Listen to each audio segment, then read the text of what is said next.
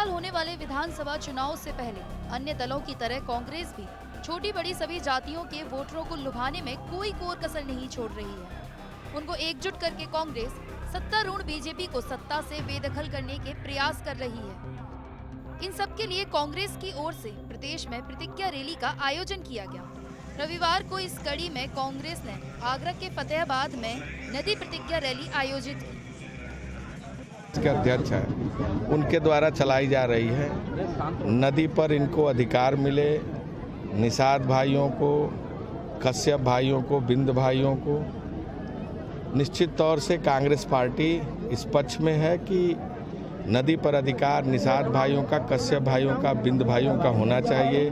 बालू पर, मिट्टी पर इनका अधिकार होना चाहिए और कांग्रेस की सरकार बनेगी तो निश्चित तौर से इनको ये अधिकार पुनः वापस किया जाएगा। कि ये नदी अधिकार फिशरमैन कांग्रेस का कार्यक्रम था, तो ये हमारे फिशरमैन कांग्रेस के लोग हैं, जो कश्यप, बिंद और निषाद समाज के लोग हैं, इन लोगों का कार्यक्रम था। इनके कार्यक्रम में मैं आया था और ये सब एकजुट हैं।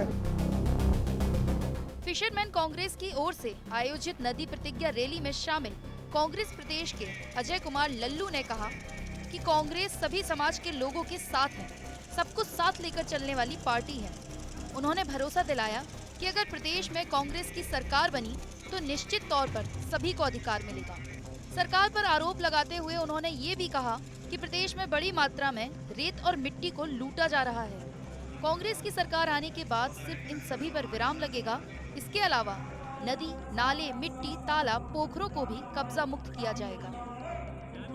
आज वर्तमान समय में पूरी तरह माफिया सक्रिय हैं, गुजरात की कंपनियां सक्रिय हैं। बड़े बड़े पोकलाइन जेसीबी से लगाकर बालू का खनन कराया जा रहा है, रेत और मिट्टी को लूटा जा रहा है और जिनका जो अधिकार था उनसे उसको छीन लिया गया है।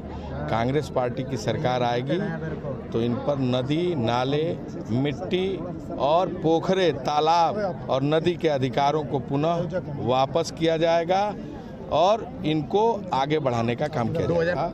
और ये सब एकजुट हैं और 2022 में कांग्रेस सरकार बनाने जा रही है।